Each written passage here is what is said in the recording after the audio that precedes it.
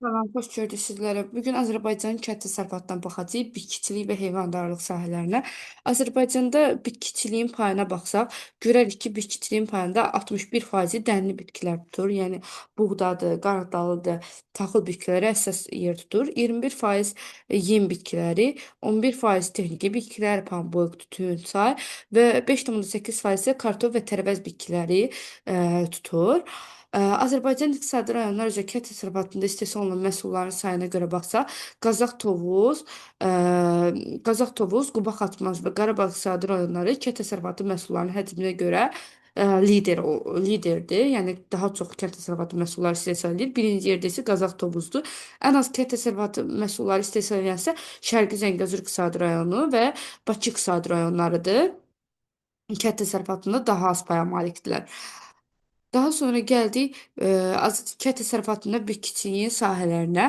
Buğda bizim əsas taxılçılıqda ən qədim sahəmizdir. Əkin sahələri arasında ümumiyyətlə taxılçılıq birinci yer tuturdu. Buğda əkinləri həm suvarma, həm də dəmir şəraitində aparıla bilər. Suvarma şəraitində buna görə ölkəmizdə dağlıq yerlər əsasən dəmiyə və yazlıq buğdadır. Düzən ərazilər isə suvarılan torpaqlarda inkişaf olunur və payızlıq buğda adlanır.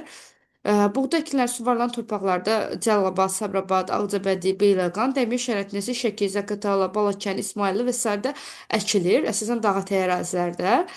Azərbaycanda ümumiyyətlə İllik taxılat tələbatımız 1,7 milyon tondur. Ölkədə ixrac olunan, yəni istehsal olunan 2,9 milyon ton taxıl olsa da, bu bizə çatmır. 1,7 milyon lazımdır, 2,9 istehsal olunur milyon. Amma yenə çatmır. Bunun səbəbi bu insanların ərzaq taxılına olan tələbatıdır 1,7 milyon. Azərbaycanda bu taxılçılıqdan həmçinin yem məqsədindən də istifadə olunur heyvandarlıqda. Heyvandarlıq və quşçuluq sahələrində yem məqsədindən istifadə olunduğuna görə bizə çatmır taxıl. Hələ xaricdən yenə ölkəmizə ixtixal eləyirik.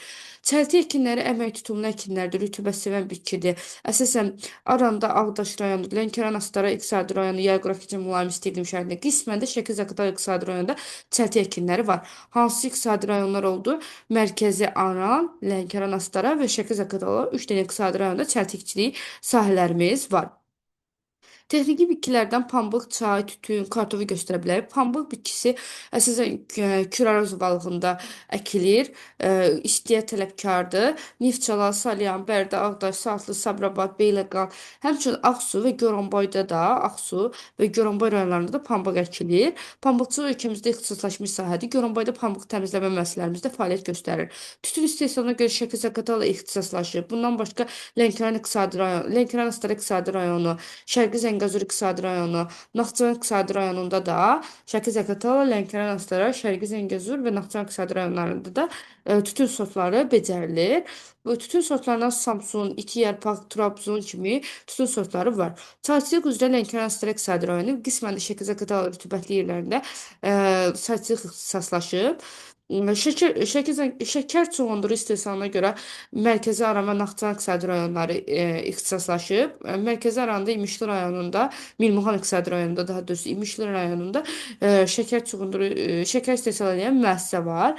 Qızılgül yağı istehsal edən müəssisə Zaqatalada, fındıq təmizləmə müəssisəsi Zaqatalada fəaliyyət göstərir. Günəbaxan bitkisinə görə Qanxaylı, Çay, Şamaxı, İsmayıllı, Samux rayonlarında bitir. Üzümçülük ixtisaslaşmış sahədə ölkədə pambıqçılıqda üzümçülükdə ixtisaslaşmış sahədə əmək tutumludur. Həm mülayim isti iqlim şəraitində, həm də yarımsəhra şəraitində, iqlim şəraitində, həm suvarma, həm də dəmiyə şəraitində əkilə bilər. Həm suvarma, həm dəmiyə, həm mülayim isti, həm də yarımsəhra iqlim şəraitində üzümçülük yetişdirilir. Hansı rayonlarda? Tovuz, Gəncə, Qazax, Şəmkir, Samux, əsasən də Dağlıq Şirvan və Gəncə Qazax iqtisadi rayonları zonasında ixtisaslaşmış sahə hesab olunur. Bostançılıq ixtisası üzrə bostançılıq və tərəvəzçiliyə görə Quba Xaçmaz gec yetişən tərəvəzçiliyi, Lənkəran Astara isə tez yetişən faraş tərəvəzçiliyi üzrə ixtisaslaşıb. Meyvə tərəvəz konservləri gec xarab olduğuna görə Xammam rayonlarına meyil eləyir. Quba Xaçmaz da liderdir bu sahədə. Bostançılıq üzrə əsasən Küraraz rayonlarının səciyyəvidir. Sabirabad, Saatlı, Yevlax, İmişli, Zərdab və sair göstərə bilərik. Kartof da texniki bitkidir. Gəncə Daşkəsən və Qazax Tovuz iqtisadi rayonlarında daha çox əkilir kartof. Qusar və Cəlilabad rayonlarında da kartof əkinləri var. Yəni Lənkəran Astara və Quba Xaçmaz iqtisadi rayonlarında. Meyvəçilik üzrə tumlu meyvəçilik, Quba Xatmaz, çəyirdəkli meyvəçilik, Naxçıvan, qərzəkli meyvəçilik, Şəki-Zaqatala, quru subtropik meyvəçilik, Kür Arazda, sitrus meyvəçiliyi, Lənkəranda, cənub meyvəçiliyi, Abşeronda, tut ağacları, baramaçılıq, Qarabağ və Kür Arazda ixtisaslaşmış sahə hesab olunur. Naxçıvanda da illik buğda hasil olunur. Ən çox buğda Naxçıvanda 2020-ci ildə hasil olunub. Yəni istehsal olunub, əkilib. Daha sonra gəldik heyvandarlığa, kənd təsərrüfatında. Maldarlıq əsasən taxılçılıq rayonlarına meyl eləyir. Küraraz və Şəki-Zaqatalada camışçılıq, Lerik və Yardımlı rayonlarında isə zəbuyə mənzər maldarlıq inkişaf edib. Qoyunçuluq yay və qış otlaqlarına meyl eləyir. Dağlıq rayonlarımız yay otlaqları kimi, yarımsəhra rayonlarımız isə qış otlaqları kimi istifadə olunur. Aran və Abşeron iqtisadi coğrafi rayonları qış otlağı, Gəncə, Daşkəsən, Qazax, Tovuz, Şəki-Zaqatala, Dağətəyi silərsə həm yay, həm qış otlaqları kimi istifadə olunur.